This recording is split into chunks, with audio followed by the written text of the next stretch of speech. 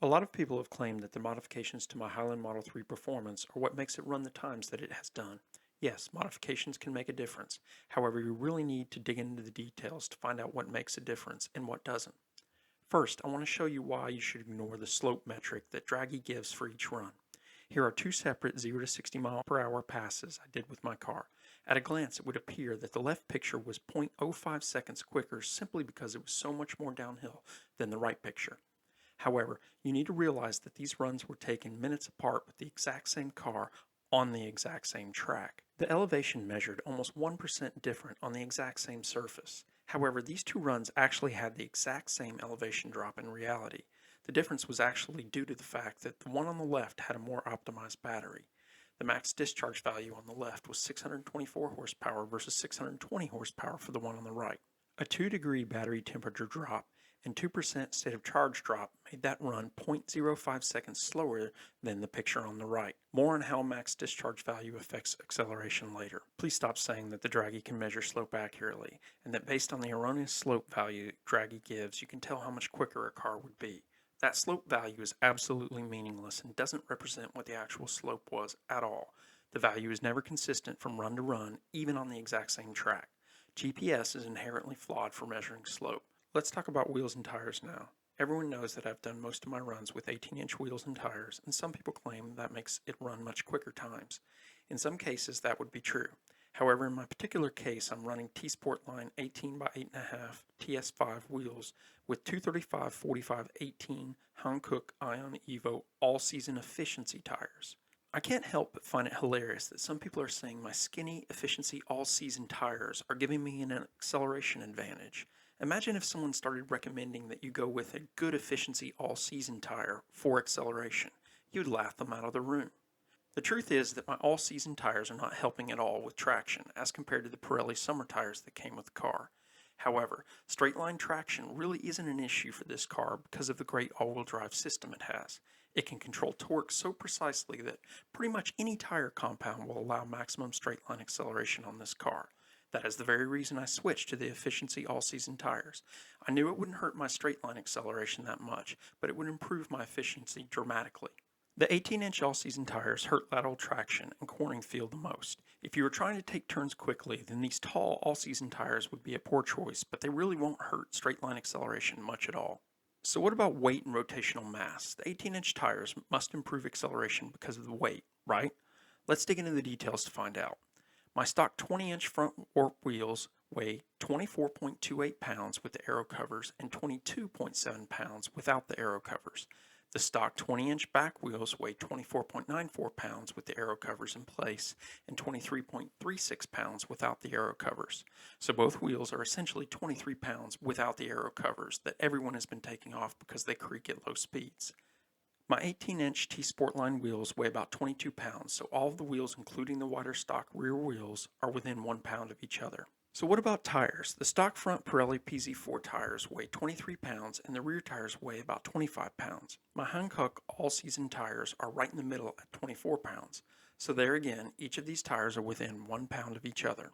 I weighed my stock front wheels and tires and they weighed 48.4 pounds while the stock rear wheels and tires weighed 49.8 pounds, but those wheels had the aero covers on them. If you subtract 1.6 pounds for the aero covers that everyone has been removing, then they would weigh 46.8 pounds for the front wheels and tires and 48.2 pounds for the rear wheels and tires. My 18-inch wheels and tires weighed 47.4 pounds each, so the stock front wheels and tires are actually lighter than my 18-inch wheels and the stock back wheels and tires are less than 1 pound heavier. There is no benefit from the weight difference alone. However, the 18-inch wheels move most of the wheel mass inward 2 inches, so how much does that affect the rotational mass of the wheels and tires?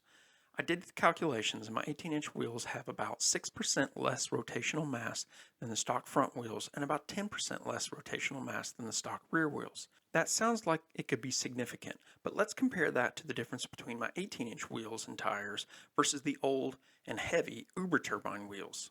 My 18-inch wheels and all-season tires have 25% less rotational mass than the old stock Uber turbine wheels and tires. I had ultralight Pirelli PZ4 tires on my 18-inch wheels before, and those offered 35% less rotational mass than the stock Uber turbine wheels.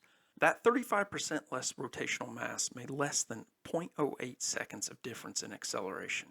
Therefore, the 6% to 10% difference with my current 18-inch setup would be 0.01 to 0.02 seconds quicker at best. That is hardly a significant difference. The bottom line is that I would probably choose the stock wheels and tires over my 18-inch wheels and all-season tires if I wanted absolute max performance from the options I have available to me. However, I have to take long road trips with the car every weekend, so that is why I leave the 18-inch efficiency setup on even when I go to the track. There are other super lightweight 18-inch wheel and tire options out there that would be even better than the stock wheels and tires. If I had those wheels and tires, it definitely could be a factor in improving my times.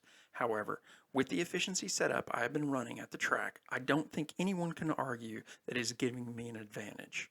I did run 3 passes with the car and the stock 20-inch warp wheels at the track. However, I was running an 11.0 class that day, so I had to intentionally slow the car down so I wouldn't run quicker than 11.0 seconds.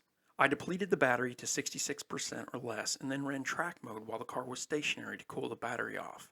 That got my max discharge value all the way down to 560 horsepower from the maximum of 624 horsepower that I had for my quickest runs. I ran 3 consecutive 11.0 quarter-mile passes with 66% or less state of charge. All I had to do was heat the battery and I would have easily been able to run 10.9 or quicker even with less than 60% state of charge. I can't stress enough how important heating the battery is for straight line acceleration. If you're using track mode, which cools the battery down, then you are doing it wrong for straight line acceleration. It is just like leaving an ICE car in eco mode instead of sport mode and saying that is as fast as the car can go. It just misrepresents how fast the car is when you could have just clicked one button to heat the battery and made it so much faster. Now in the past, people have said that they aren't willing to wait 10 to 15 minutes for the battery to heat up. The great thing is that the new Highland Model 3 Performance in Insane mode typically starts with a higher battery temperature than the old car did in sport mode. Insane mode still won't get the car to true optimal temperatures, but it will cut the heating time in half, typically because it starts with an already warm battery. There is no good reason to ever take this car out of Insane mode. It took as much as 15 minutes to heat the battery with my 2022 Model 3 Performance. It only takes about 7 minutes with the Highland Model 3 Performance if you navigate to a supercharger. However, I also think that if you use the sexy buttons to preheat the car instead of doing it through the car's navigation, it can cut that time down even more. I used the sexy buttons to heat the battery last time and it seemed to heat the battery up much faster. It got to temperature in about 3 minutes instead of 7 minutes I'd typically been seeing. I need to test it more to see if it actually does heat faster all the time, but I don't think anyone can argue that waiting 3 minutes is too long of a wait. Just hit the sexy button for heating the battery as you leave the house, and the battery will be at optimal temperatures by the time you reach the interstate. You wouldn't expect an ICE car to be ready for maximum acceleration after a cold start out of your driveway, would you? Why should the EV be any different?